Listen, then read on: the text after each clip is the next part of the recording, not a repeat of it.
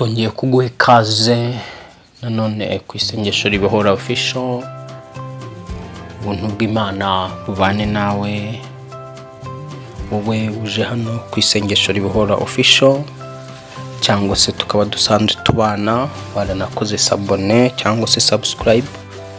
Uwiteka kugirire neza, nawe ari ubwa mbere tuguhaye ikaze. Ubuntu bw'Imana bukubeho. Nyuma y'ijambo ry'Imana nawe ntuze kugenda udakoze sabone kugira ngo tukomeze kubana mu bihe by'ijambo ry'Imana. Uwiteka kugirire neza. Tuje rero kuganira ijambo ry'Imana nanone. Ijambo ry'Imana nitabaza rimurikira ubugingo bwacu cyangwa se rimurikira ibirenge byacu mu buryo bw'umwuka tukabona aho dukandagira. Ijambo ry'Imana riragaruka rigahinduka umutsima w'ubugingo. Ijambo ry'Imana riragaruka rigahinduka inkota turwanisha mu ntambara z'umwuka. Mu ntambara z'umwuka twebwe iyo turwana ntabwo turwana nk'abana b'abantu bakoresha ibikoresho bigaragara cyangwa ibirwanisho bigaragara, ariko twebwe ibirwanisho byacu ni iby'umwuka. Harimo n'ikirwanisho cya mbere gikomeye cyitwa inkota, ari ryo jambo ry'Imana. Ubwo rero tuje ku mwanya w'ijambo ry'Imana. Reka dusenge hanyuma duhite twinjira muri uwo mwanya w'ijambo ry'Imana. Data, mu izina rya Yesu Kristo, manurije ijambo ryawe kano kanya mu izina rya Yesu, rigira ububasha mu mitima yacu, mu bugingo bwacu, ku mibiri yacu, ku miryango yacu, ku bacu no ku byacu byose. Mu izina rya Yesu Kristo, manurije ijambo rigira ububasha kuri bene data bose bagaragara hano ku isengesho ribohora official. Buri wese mwami wumva ijambo ryawe mu izina rya Yesu Kristo, mwami w'abami, ntirimusige uko yaryumvaga, ahubwo rigira icyo rikora mu buzima bwe, rigira icyo rikora mu bugingo bwe.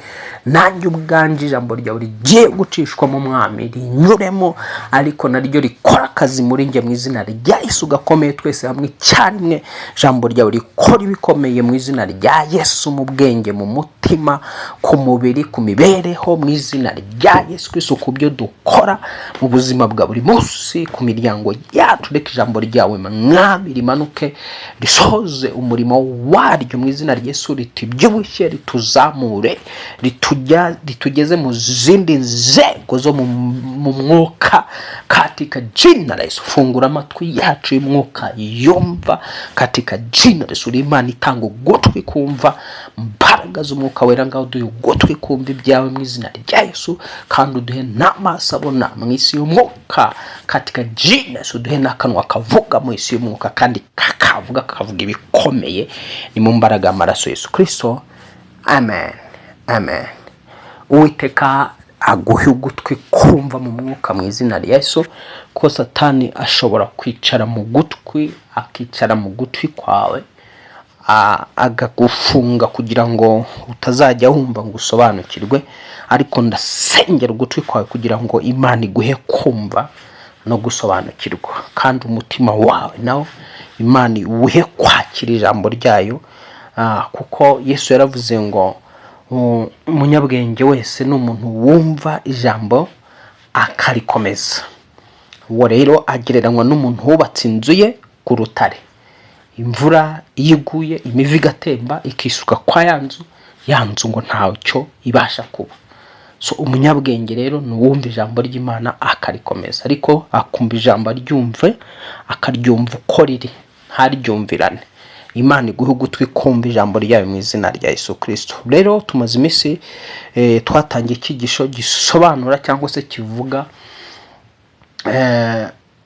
ko tugomba kuba abanyamwuka. Twabonye ko nta yandi mahitamo umuntu agomba kuba umunyamwuka kugira ngo abashe kunesha, kuko kuba umunyamubiri biteza akaga.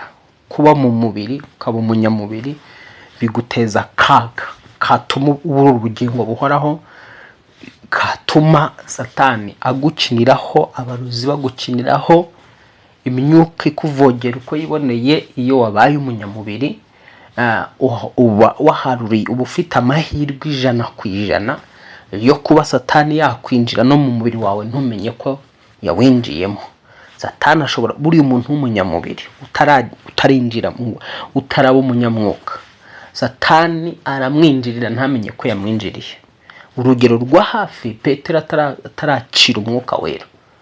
Petero ataracira umwuka wera, Satani yaje kumwinjirira, ntiyamenya ko yamwinjiriye. Yafashe Yesu ngo aramwihererana, aramubwira ati ibyo ntibikakubeho mwami.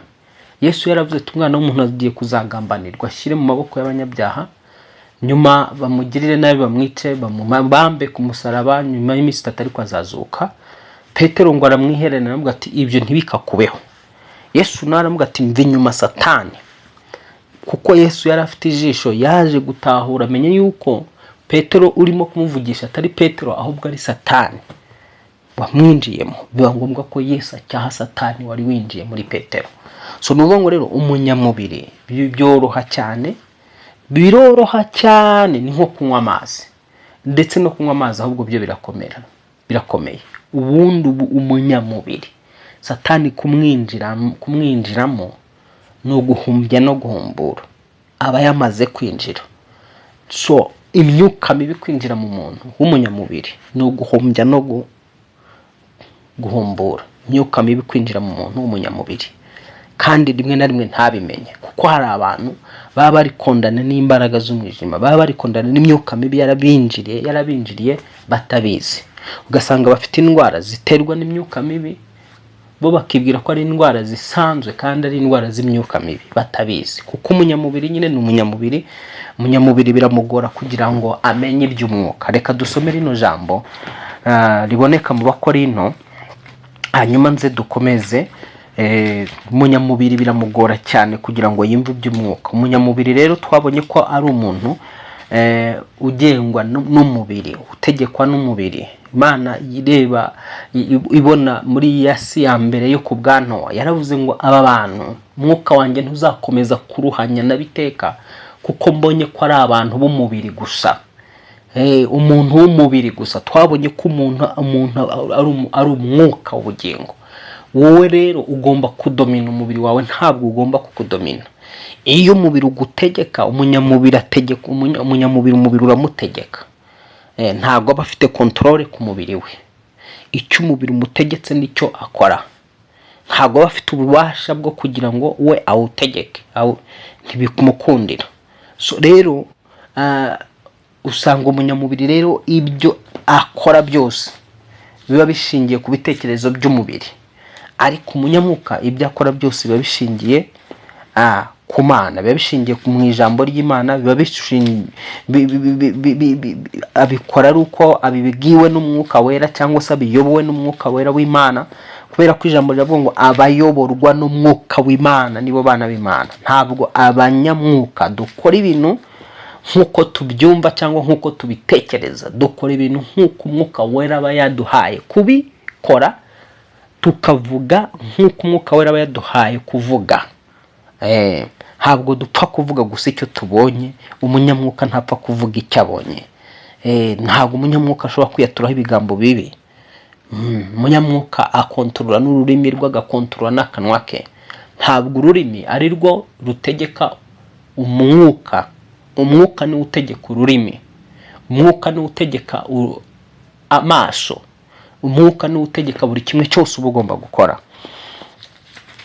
Rero umunyamubiri biroroshye cyane kugira ngo Satani amwinjiremo, biroroshye cyane kugira ngo abadayimoni bamwinjiremo, biroroshye cyane kugira ngo uburozi bwose bushoboka bumwinjiremo kandi bumugirire nabi. Ariko umunyamwuka we siko bimeze. Umunyamwuka ntabwo ari uko nguko bimeze. Reka dusome Abakorinto ba mbere igice cya 2, duhere ku murongo waho wa 9 ngo ariko nkuko ibyanditswe. Urwandiko rwa mbere Paulo yandikiye Abakorinto, urwandiko rwa mbere Paulo yandikiye Abakorinto igice cya 2 kuva ku murongo wa 9 hatangira havuga ngo ariko nkuko byanditswe ngo ibyijisho ritigeze kureba n'ibyo gutwi kutigeze kumva, ibitigeze kwinjira mu mutima w'umuntu, ibyo byose Imana yabyiteguriye abayikunda. Ariko Imana biduhishurishije umwuka wayo, kuko umwuka umwuka arondora byose ndetse n'amayoberane y'Imana. Mbese ninde mu bantu wamenya ibyo undi atekereza keretse umwuka wa wundi umurimo? N'iby'Imana niko biri, nta wabimenya keretse umwuka wayo. Ariko twebweho ntitwahawe ku mwuka w'isi, ahubwo twahawe umwuka uva ku Mana, kugira ngo tumenye iby'Imana yaduhereye ubuntu. Hano Bibiliya yongeye guhishura ko hari umwuka w'isi. Hari abantu bahabwa umwuka w'isi. Umwuka w'isi ukaza ugaruka ku bintu bya hano mu isi, nk'aba bantu bigisha ibintu by'imibonano mpuzabitsina byo gusambana, bakigisha ibintu ubona nyine bya hano mu isi, nibo bahawe umwuka w'isi. Umwuka w'isi nuba urimo urabakoresha. Ahangaha rero twebwe turimo turabwirwa ngo ntabwo twahawe umwuka w'isi, ahubwo twahawe umwuka wera w'Imana.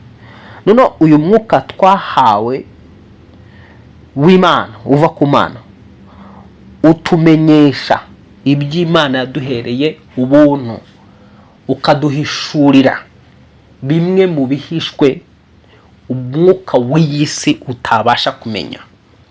Rero umuntu w'umunyamubiri kubera ko aba afite umwuka wo mu isi, ntashobora kumenya, ntashobora kuvumbura, gutahura ibyo mu mwuka. Ntabwo ashobora guhishurirwa iby'ubwiru bw'Imana, ntabwo ashobora kumenya ibiba mu isi y'umwuka. We azamenya iby'umwuka w'isi gusa, iby'umwuka wa hano mu isi, bya hano mu isi gusa. Ariko ibindi bibera mu isi y'umwuka ntashobora kubyumva. Iyo dukomeje tugasoma rero Bibiliya iravuga ngo ari byo tuvuga, ariko ntitubivugisha amagambo akomoka mu bwenge bw'abantu, ahubwo tubivugisha akomoka ku mwuka, dusobanuza iby'umwuka iby'umwuka bindi. Ariko umuntu wa kamere ntiyemera iby'umwuka w'Imana kuko ari ubupfu kuri we. Urumva ko umuntu wa kamere ntashobora kwemera iby'umwuka ngo kuko ni ubupfu kuri we, akaba atabasha kubimenya. Nibyo natangiye mbabwira yuko umunyamubiri adashobora kumenya iby'Imana, ngo kuko bisobanurwa mu buryo bw'umwuka. Ariko umuntu, umwuka niwe urondora byose, nyamara ubwe ntawamurondora. Urumva iby'umwuka bisobanuzwa undi mwuka. Niyo mpamvu Kristo igihe yari agifite abigishwa 72 arahabwa ati ni ukuri urya umubiri wanjye akanywa n'amaraso yanjye, uwo niwe ufite ubugingo. Yararimo aravuga amagambo y'umwuka. Abari bari aho ngaho batangira kwibaza ngo aya magambo arakomeye, ninde wabasha kubyihanganira? Ngo 60 bose barorera kumukurikira, kuko ayo magambo yababwiye ngo nimunywa amaraso yanjye mukarya n'umubiri wanjye nibwo muzamufite ubugingo. Bo yaje kubaremerera, bayumva mu buryo bw'umubiri. Bumva ko bagomba kurya umubiri we, bumva yuko bagomba kunywa amaraso yiwe nk'uko bivuze. Kandi hano ijambo rivuze yuko iby'umwuka bisobanurwa n'undi mwuka. Abantu ba kamere rero ntibashobora kumva iby'umwuka. Abantu ba kamere ntibikunda umuntu umunyamubiri. Nivuga umuntu wa kamere umenye ngo ni umunyamubiri. Umunyamubiri ntashobora kumva iby'umwuka na gake. Niyo bivuga we aba yumva biri kumujena, nta n'umwanya biha. Aba yumva ari ibintu bimurya mu matwi, mu mutima we nta cyicaro kiba kihari cyo kuba yakwakira rya jambo ry'Imana. So rero umunyamubiri hano mu isi akaba ari umunyamubiri musa, kuko abanyamwuka bari mu byiciro bibiri. Hari abanyamwuka bo mu gice cya Satani, hakaba abanyamwuka bo mu gice cy'Uwiteka isumba byose, cy'Uwiteka Imana isumba byose. Umunyamwuka wo mu gice cy'Imana isumba byose niwe uhabwa umwuka wera. Uyu uhabwa umwuka wera wo mu gice cy'Imana isumba byose, umunyamwuka wo mu gice cy'Imana isumba byose, ni umuntu wavutse ubwa kabiri. Yavutse ubwa kabiri. Reka tubisome muri Yohana igice cya 2, tubona cya 3. Tubona hano ariko ndaza kuhagaruka, ntabwo ndahava. ndagira ngo nkwereke ko umunyamwuka wo mu gice cy'ijuru cyangwa mu gice cy'Imana, kuko ntangiye nkubwira ko abanyamwuka bari mu byiciro bibiri. Hari umunyamwuka mu gice cy'Imana isumba byose, hari umunyamwuka mu gice cya Satani mu bwami bw'umwijima. Umunyamwuka mu gice cya Satani mu bwami bw'umwijima, umunyamwuka mu gice cy'Imana Data wa twese mu bwami bw'umucyo, aribwo bwami bwa Yesu Kristo. Abo banyamwuka rero, abo mvuze bo mu giciro bibiri, nibo bonyine bashobora gukora ibintu abandi batabasha gukora. Reka rero dusobanure ngaho. Ndimo ndavuga umunyamwuka mu gice cy'Imana isumba byose, munyamwuka mu gice cy'ijuru, munyamwuka mu gice cy'ijuru cyangwa mu gice cy'isumba byose. Yesu aramusubiza ati, Yohana 3:6, Yohana 3:6, ubutumwa bwiza bwa Yohana igice cya 3 n'umurongo wa 6. Ariko tuhere ku murongo wa 3. Yesu aramusubiza ati, nukuri ndakubwira yuko umuntu utabyawe ubwa kabiri atabasha kwinjira mu bwami bw'Imana. Nikodemo aramubaza ati, mbese umuntu yabasha ate kubyarwa akuze, yakongera agasubira mu nda ya nyina akabyarwa? Yesu aramusubiza ati, nukuri ndakubwira yuko umuntu utabyawe n'amazi n'umwuka atabasha kwinjira mu bwami bw'Imana. Ikibyarwa n'umubiri nacyo n'umubiri, n'ikibyarwa n'umwuka nacyo n'umwuka. Witangazwa nuko nkubwiye yuko bibakwiriye kubyarwa ubwa kabiri. Umuyaga uhuha aho ushaka, ukumva guhuha kwawo, ariko ntumenya aho uva cyangwa aho ujya. Niko uwabyawe n'umwuka wese amera. Urumva umuntu wabyawe n'umwuka uko amera. Mwuka ni ugenda umugayidinga, muyobora, umugacaha, nyuraha, vuga iki, ceceka, tuza, injira muri ibi, wibyinjiramo. Wabyawe n'umwuka niko amera, ayoborwa n'ijambo ry'Imana, akayoborwa n'umwuka wera. Yes, so noneho sasa uku kubyarwa ubwa kabiri ni umunyamwuka wo mu gice cy'Imana Data wa twese cyangwa mu bwami bw'Imana. Umunyamwuka mu bwami bw'Imana wavutse ni umuntu wavutse ubwa kabiri, wumvise ubutumwa bwiza, kumva ijambo ry'Imana. Yamara kumva ijambo ry'Imana kizera, kakira umwami Yesu Kristo mu bugingo bwe, kabiri akuzura umwuka w'Imana cyangwa agahabwa umwuka wera w'Imana. Uwo muntu rero aba avutse ubwa kabiri mu buryo bw'ubugingo cyangwa se mu buryo bw'umwuka. Ntago aba gifite aho ahuriye na wa muntu wavutse mu buryo bw'umubiri musa. Wa muntu wavutse mu buryo bw'umubiri musa nuba mu isi y'umwuka uba wahinduwe, wabaye mushya. Uvuka ubwa kabiri ugahindurwa ukaba mushya. Wamara guhindurwa bikorerwa muri mwe imbere. Umubiri wo ntabwo uhinduka, umubiri uzakomeza kuguma wa wundi. Ariko we umwuka wavutse ubwa kabiri uhita uvugururwa ugahinduka icyaremwe gishya. Wamara guhinduka icyaremwe gishya sasa muri wowe wacira imbaraga zidasanzwe zishobora gutuma udashobora gushikwa cyangwa gufatwa n'imizimu n'imyuka mibi ya karande, kuko uba warabaye icyaremwe gishya. Uyu muntu rero umunyamwuka nyakuri ntabwo wamuroga ngo arogeke, ntibikunda. Inkuba wamukubitisha uko zaba zimeze kose.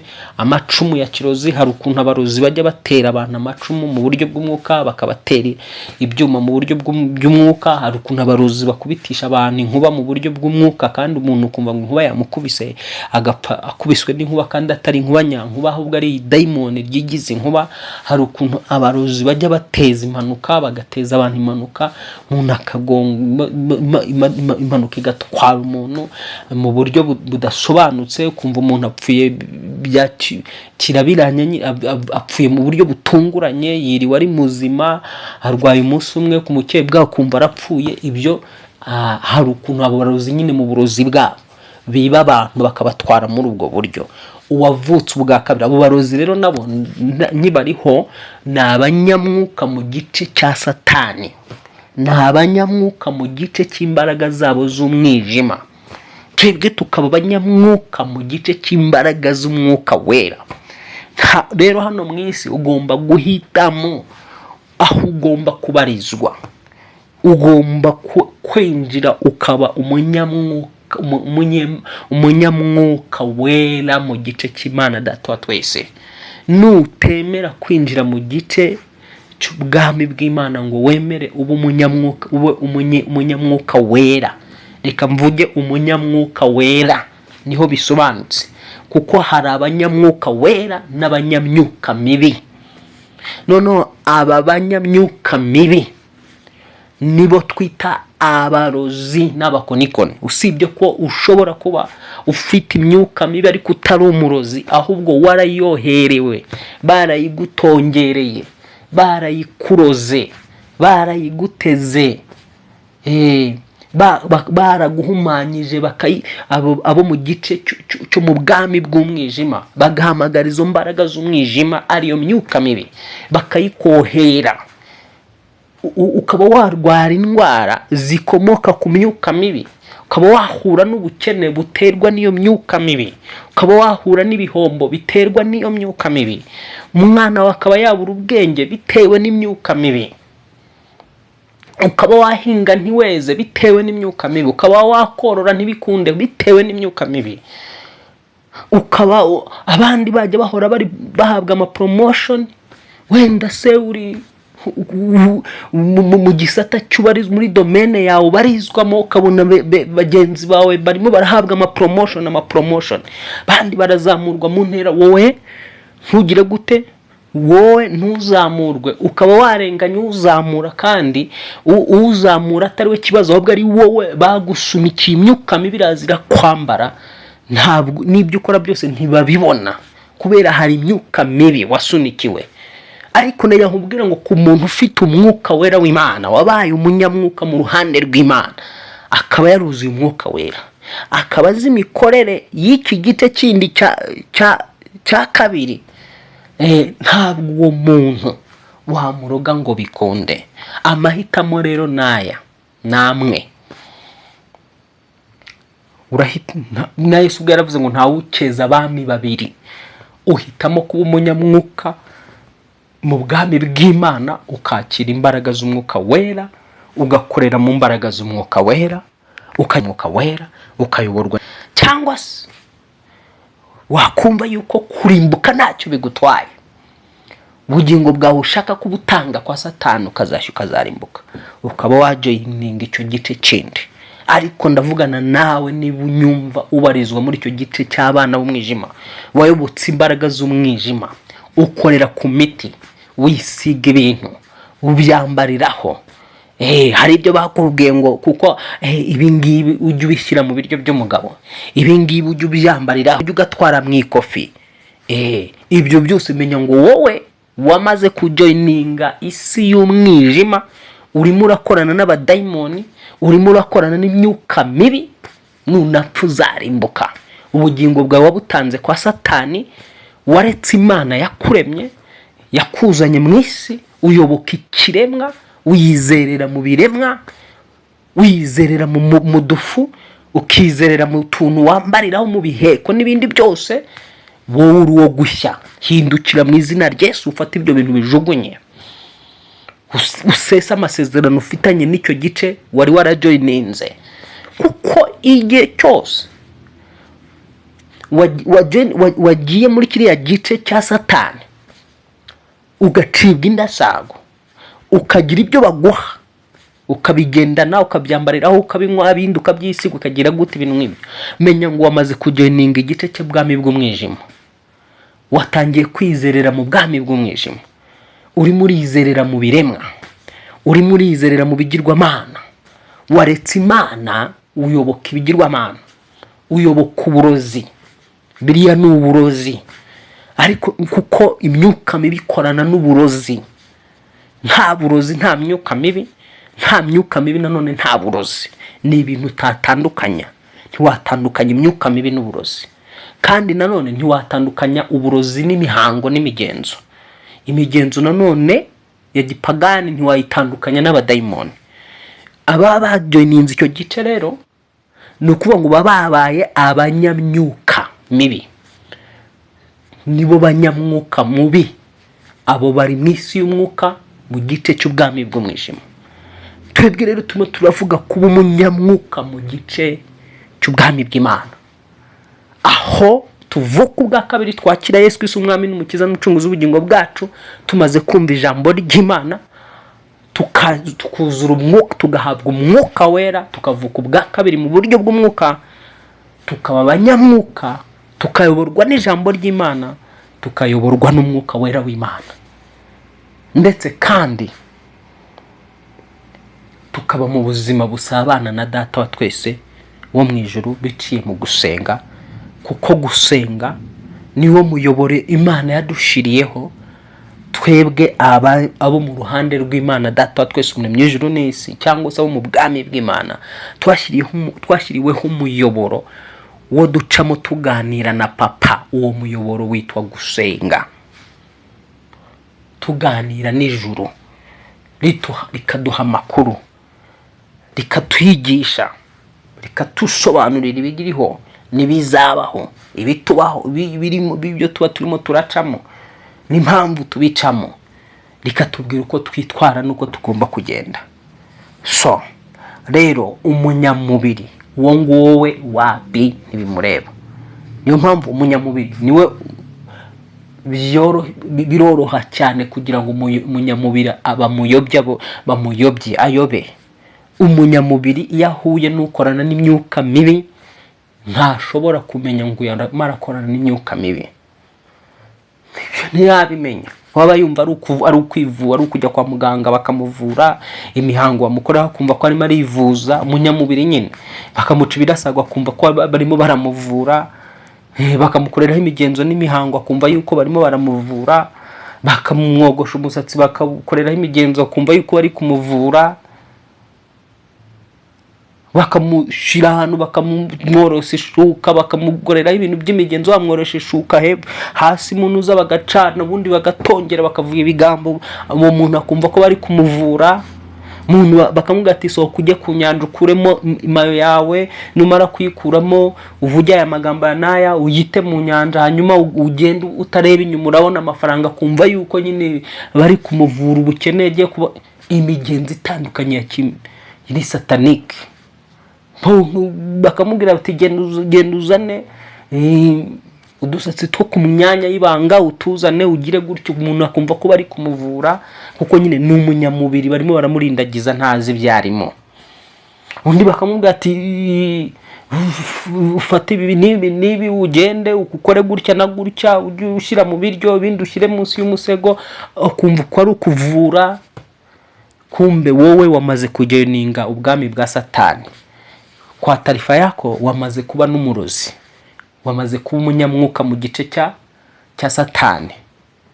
Birutwa nuko ari kwikomereza ukaba umunyamubiri ariko ntujoyininge isi y'umwijima, kuko iyo amaze kujoyininga cyangwa se ubwo icyo gihe ni ryari umuntu ayoboka isi y'umwijima, ni ryari abantu bayoboka isi y'umwijima bakaba abanyamyuka cyangwa abanyamwuka mu gice cy'isi y'umwijima.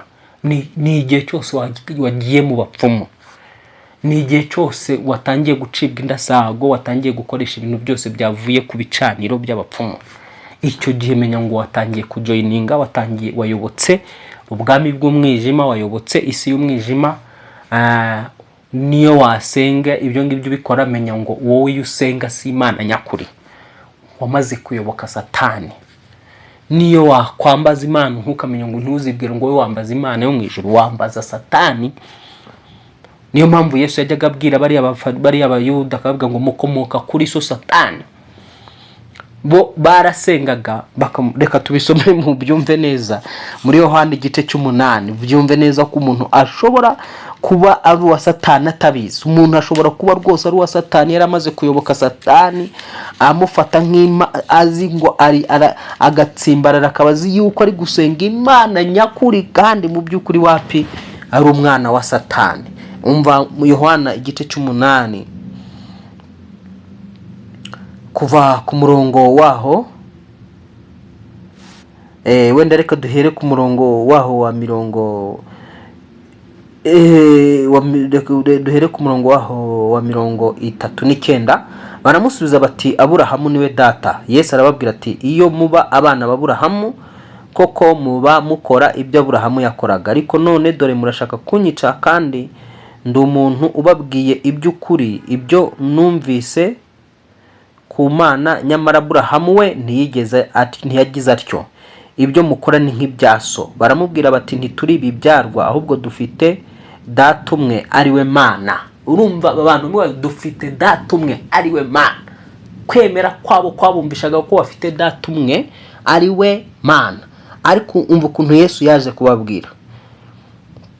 Yesu arababwira ati iyaba Imana yari so muba munkunze, kuko naje nkomotse ku Mana, sinaje ku bwanjye, ahubwo niyo yantumye. Niki gituma mutamenya imvugo yanjye? Nuko mutabasha kumva ijambo ryanjye. Mukomoka kuri so Satani, kandi ibyo so ararikira nibyo namwe mushaka gukora. Uwo yahereye kera kose ari umwicanyi kandi ntiyahagaze mu by'ukuri, kuko ukuri kutari muri we. Navuga ibinyoma aravuga ibye ubwe, kuko ari umunyabinyoma kandi ni se w'abanyabinyoma. Urumva iri jambo, aba bantu bari nk'uko nari mbivuze, bo bari bazi yuko bambaza Imana, basenga Imana, kuko bumvaga yuko bubahiriza isabato, bakora imihango yose n'imigenzo ijyanye n'isabato, bakora imirimo yose yitwa igaragara ko ari myiza, bibwira ko bari kwikorera Imana. Ariko ndetse nabo ubwabo bakazajya bahamya yuko bafite data umwe ari we Mana, Imana ari yabo bwite. Ariko Yesu arabwira ati no, ntabwo mwebwe muri ab'Imana. Iyo muza kuba muri ab'Imana mwakagombye kumenya imvugo yanjye, ariko ntago mubasha kunyumva kuko ijambo ryanjye mutabasha kuryumva. Arabwa mukomoka kuri so Satani. Ab'Imana bose bafite umwuka w'Imana bumva ijambo ry'Imana bakaryakira, kandi bakaryakirana umutima ukunze. Uw'Imana wese yumva icyo Imana ivuga. Utari uw'Imana biragorana, ntashobora kumva icyo Imana ivuga ku buzima bwe, ahangana nayo akarwana nayo. Umunyamubiri rero nuvuga ngo utari uw'Imana ahinduka umunyamubiri, agategekwa n'umubiri mu isi y'umwuka, ariko akaba afite niyo yasenga n'ibyo yakora byose we yibwira ko ari kwambaza, ariko aba ari umwana wa Satani. Igihe cyose utarakira Kristo nk'umwami n'umukiza n'umucunguzi w'ubugingo bwawe, ngo usesa amasezerano wakoranye na Satani, igihe wabandwaga, igihe waraguzaga, igihe wajyaga mu bapfumu bagacibwa indasago, igihe wakorerwagaho imihango n'imigenzo yose, ngo wagiye kwivuza, ujya kwivuza mu bapfumu, Imana ari yananiwe kukuvura, yananiwe kugukiza, Imana ikubabarire mu izina rya Yesu. Wahiyobotse rero wajoyininze isi y'umwijima, garukiraho. Ndavugana n'abantu bamaze kujoyininga cyangwa se bayobotse isi y'umwijima batabizi. Mugaruke mu izina rya Yesu, noneho ugaruke mu gice cyiza, garuka mu ruhande rwiza rw'Imana Data wa twese, mu bwami bw'Imana. Wakire Yesu Kristo umwami n'umukiza n'umucunguzi w'ubugingo bwawe, uhabwe impano y'Imana y'umwuka wera w'Imana, utangire kuyoborwa n'ijambo ry'Imana. Ujye usoma ijambo ry'Imana, ibyanditswe byera, wumva ijambo ry'Imana ku manywa na nijoro, usenge ku manywa na nijoro. Uhinduke umunyamwuka, umunyakuri, wihane icyaha, utandukane n'icyaha n'igisa nacyo, uhinduke umunyamwuka w'ukuri mu izina rya Yesu. Nawe uhabwe impano y'Imana yo kutarogwa, kuko uhawe umwuka wera w'Imana akaba azi Imana, azi na ruriya ruhande rundi, kuko ijambo ry'Imana rirambwira ngo kuko tutayobewe imigambi ya Satani, tutayobewe imigambi yiwe. Iyo uzi imigambi ya Satani ntago ashobora kukunesha, ntago ashobora kukurwanya. Imigambi ya Satani irazwi rero, ni ukwica, ni ukurimbura. Abakoresha biwe bose, abakozi biwe bamukorera, intego zabo ziba nabo nizo ngizo: kwiba, kwica no kurimbura. Kwiba amagara y'umuntu, kwiba akaboko k'umuntu, umuntu ugasanga Imana yamuremanye akaboko kazima, ejo bundi bakamepindama. Abarozi bakakiba bakagapindisha. ejo ugasanga umuntu Imana yari yaramuremanye akaguru kazima afite ukuguru kose, abarozi bakaza banapindisha ibitugu, ugasanga bari vipindisha, ugasanga nyine bagiye bibaza imwe mu ngingo zawe barazononye. Kwa Cyane ubaye nkurikiranye bari barakwibiye zimwe mu ngingo, bazirekure mu izina rya Yesu. Ndagusengera kano kanya ukuboko kwawe kukugarukire mu izina rya Yesu. Ibyo bitugu byari bitangiye kugondama, ari amagina ari ibihembe byicaye muri ibyo bitugu, ndabitwika bisohoke muri ibyo bitugu bya mu izina rya Yesu Kristo. Ibyo bintu biborogera mu nda yawe ukibaza ngo ni ibiki, kumbe ni imyuka mibi iri mu mubiri wawe, ukagira ngo ni ibindi ngo ni inzoka. Izo nzoka ni inzoka bwoko cyari kubundi, ibyo mwita inzoka ni inzoka z'inyagasozi, ni inzoka bwoko ki. Ibyo bintu biba birogera mu nda yawe ndabicecekesha, ndabiturira bisohoke mu nda yawe mu izina rya Yesu. Watsinda urupfu n'ikuzimu. Izo ni imbaraga z'umwijima. Umunyamubiri imyuka mibi yamwinjiriye, ntamenya ko yamwinjiriye, ariko iyo myuka wiyumva migenda mu mubiri wawe ndategeka ikuvemo mu izina rya Yesu. Umuriro w'Imana witwike fire katika jina la Yesu. Wakire kubohoka kandi wakire ubuntu bw'Imana mu izina rya Yesu. Imana data twese iguha umugisha. Rero umunyamubiri musa umenye yuko Satani amukoresha mu buryo bukomeye. Iyo abaye umunyamubiri musa udafite umwuka w'Imana, biroroha kugira ngo Satani agukoreshe. Ejo tuzakomereza kuri icyo kintu, tugaragaza ukuntu Satani ashobora gukoresha umunyamubiri mu buryo bworoshye. Umunyamubiri Satani ashobora kumukoresha ntamenye ko amukoresha. Hari abantu basenga bakoreshwa na Satani batabizi, hakaba n'abandi bakoreshwa nawe babizi. Hari bahanuzi b'ibinyoma batazi ko ari abanyabinyoma, bakoreshwa na Satani batabizi. Hari abantu rwose benshi cyane baroga batazi yuko baroga. Satani yarabinjiriye akaba arimo arabakoresha. Kubera ki? Niyo yabonye umunyamubiri akabona umunyamubiri. Yesu ubwe yaravuze ngo daimoni ivuye mu muntu igenda izerera ishakisha uburuhukiro ikabubura, ikibwira ngo wasubiraho nahoze, ikagenda guhamagara za zindi zirindwi ngo zirusha kuba mbi, noneho ngo zikaza zikinjira mwa muntu, ibya muntu bikarushaho kuba bibi. Uwo ni umunyamubiri. Rero umunyamubiri ni ukuvuga ngo daimoni ibonye umunyamubiri ihita igenda igahamagara izindi zirindwi, bikaza bikinjira mwa wa muntu w'umunyamubiri, wa muntu ibye bikaba bibi cyane. Ndagusengera mu izina rya Yesu. Imana aremye ijuru n'isi iguhe kwakira umwami Yesu Kristo mu bugingo bwawe, kandi niba waramwakiriye mu bugingo bwawe ikumanuriremo imbaraga z'umwuka wera kano kanya mu izina rya Yesu Kristo, igukuze uhinduke umunyamwuka wera katika jina, uhinduke umunyamwuka wera, uyoborwe n'umwuka wera katika jina, uhabwe imbaraga z'umwuka wera, ukomezwe mu mbaraga z'umwuka wera mu izina rya Yesu Kristo. Watsinda urupfu n'ikuzimu, ndatura ngo komerera mu mbaraga z'umwuka wera mu izina rya Yesu Kristo. Imbaraga z'umwijima zo ziguhinge, izishaka gutura mu mubiri wawe, zishaka gutura mu mibereho yawe, zishaka kudomina aho utuye, ndazivima katika jina la Yesu. Ndazirukana ku buzima bwawe naho utuye mu izina rya Yesu. Amen. Amen. Habwa umugisha n'Imana. Ntugende udakoze subscribe. Nakagaruka tuzasubira ejo cyangwa se hirya y'ejo, ko Imana izadufasha mugubwe neza muri byose. Shalom.